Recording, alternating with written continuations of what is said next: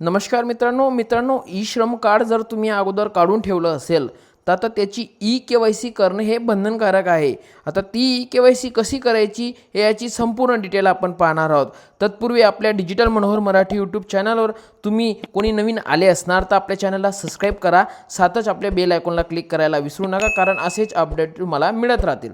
तर चला मित्रांनो, आता ई श्रम कार्ड कशी के-वाय-सी करायची हे आपण पाहूया. त्यासाठी आपण क्रोम ब्राउझर ओपन करूया. त्यामध्ये आपल्याला ई श्रम कार्ड असे सर्च करायचे. सर्च करून झाल्यानंतर तुमच्यासमोर ई श्रम होम असं येईल, त्याला क्लिक करा. त्याला क्लिक करून झाल्यानंतर खाली एक पेज येईल, गो टू मेन पेज, याला क्लिक करायचं आहे. आता तुमच्यासमोर ई श्रम कार्डचं एक पेज ओपन होईल. त्याच्यामध्ये तुम्हाला राईट साईडला रजिस्टर ऑन ई श्रमला क्लिक करायचं आहे. त्याला क्लिक करून झाल्यानंतर तुम्ही आता तुमच्यासमोर एक डेस्कटॉप ओपन होईल. त्या डेस्कटॉपवर तुम्हाला वन स्टॉप सोल्युशन याला क्लिक करायचं आणि वरती यूजिंग आधार याला क्लिक करायचं आहे. याच्याने आपल्याला लॉग इन करून घ्यायचं आहे. आता त्याच्यासमोर तुम्हाला आता एक मोबाईल नंबर फिल करायचा आहे आणि तो कॅप्चर तिथं फिल करून तुम्हाला सेंड OTPला क्लिक करायचं आहे. मी सर्व प्रोसेस करून घेतो आणि आपण नेक्स्ट स्टेपला वळूया. तर हे बघा, सेंड OTP म्हणायचं. आता OTP तुमच्या जो आधार नंबर लिंक असेल त्याला OTP जाईल. तो OTP मी फिल करून घेतो आणि खालचा कॅप्चर परत एक वेळेस आपल्याला कॅप्चर तिथं फिल करायचा आहे आणि सबमिट या बटनाला क्लिक करायचं आहे. एक क्लिक करून झाल्यानंतर आपल्यासमोर नवीन अजून एक डिजिट पोर्टल ओपन होईल. यासमोर तुम्हाला आता आधार नंबर टाकायचा आहे. ज्याची आपण के-वाय-सी करतोय त्याचा आधार नंबर टाका, कॅप्चर टाका आणि खाली सबमिट बटनाला क्लिक करायचं आहे. मी पूर्ण डिटेल भरून घेतो आणि सबमिट बटनाला क्लिक करतो. सबमिट बटनाला क्लिक करून थोडं वेट करायचं. तुम्हाला एक OTP परत आधारला जाईल. आधार नंबरला लिंक असेल तो मोबाईल नंबरला, हे बघा जायला. आता तो OTP तिथं टाकायचा, हा कॅप्चर परत फिल करायचा आणि व्हॅलिडेट या बटनाला क्लिक करायचं आहे. मी संपूर्ण डिटेल परत भरून घेतो आणि व्हॅलिडेट बटनाला क्लिक करतो. हे बघा, आता तुमच्यासमोर एक अपडेट ई-के-वाय-सी इन्फॉर्मेशन याचं एक पोर्टल ओपन झालेलं आहे. आपल्याला आता इन्स्ट्रक्शनला टिक करून खाली अपडेट ई-के-वाय-सी इन्फॉर्मेशन याकडे आपण वळूया. हे बघा, मी टिक करून घेतो. टिक करून झाल्यानंतर तुम्हाला परत अपडेट ई-के-वाय-सी इन्फॉर्मेशनला क्लिक करायचं आहे. त्याला क्लिक करून झाल्यानंतर आपल्यासमोर एक नवीन पोर्टल ओपन होईल.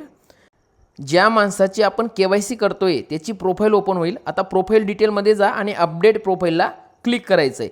त्याला क्लिक करून नंतर आपल्यासमोर 6 ऑप्शन येतील. Personal information, address, education detail, occupation skill, bank detail आणि आपली जी प्रोफाईल आहे त्याचा रिव्ह्यू. आपण सर्व डिटेल स्टेप बाय स्टेप करणार आहेत. पहिला आहे पर्सनल इन्फॉर्मेशन, येस करा.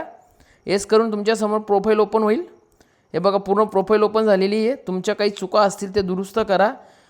हे बघा, तुमची कास्ट वगैरे, तुमचं नाव, वडिलांचं नाव, तुम्ही ज्याला नॉमिनी लावलेलं आहे त्याचं नाव, ते नाव देखील चुकी झालं असेल तर ते दुरुस्त करून घ्या. आणि खाली तुमची यांची बर्थडे टाका. तुमचे ते काय रिलेटिव्ह आहेत, तुमचे काय रिलेशन आहे ते टाका. परत तुमचा ॲड्रेस जो आहे तो पूर्ण फिल करा. खाली बघा नॉमिनी ॲड्रेस दिलेला आहे, तो जशाच्या तसा फिल करा. जो तुमचा ॲड्रेस असेल तोच नॉमिनीचा असेल. ते फिल करून झाल्यानंतर, संपूर्ण माहिती फिल करून झाल्यानंतर खाली अपडेट ऑप्शनला क्लिक करायचं आहे. अपडेट ऑप्शनला क्लिक केल्यानंतर आपण आपली कंटिन्यू या बटनाला क्लिक करायचं आहे. आपलं आता ती इन्फॉर्मेशन झाली. आता ॲड्रेस बघू. येस करा. आता तुमचा ॲड्रेस जो आहे, ज्याचं हे ई श्रम कार्ड आहे त्याचा ॲड्रेस बरोबर आहे का चेक करून घ्या. पूर्ण ॲड्रेस बरोबर असेल, जर चुकला असेल तर ते देखील दुरुस्त करा. मी सर्व दुरुस्त करून घेतो आहे.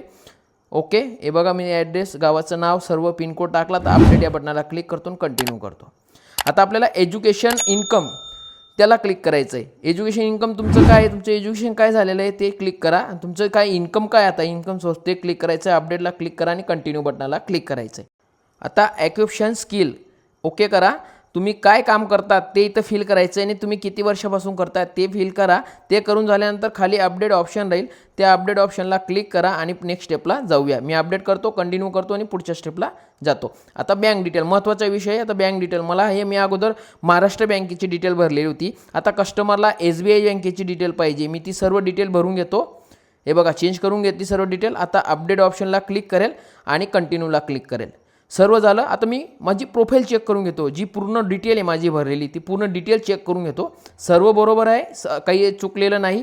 आता हे सर्व करून झाल्यानंतर परत प्रोफाईलवर जायचं आहे आपल्याला, प्रोफाईल डिटेल, आणि खाली डाउनलोड EVN कार्ड म्हणजे तुमचं ई श्रम कार्ड. हे बघा, तुमच्या समोर आलं. पूर्ण डिटेल फिल करून घ्यायची, डाउनलोड करून घ्यायची. अशा प्रकारे सर्व डिटेल आपल्याला मिळाली. तर जय हिंद, जय महाराष्ट्र, वंदे मातरम.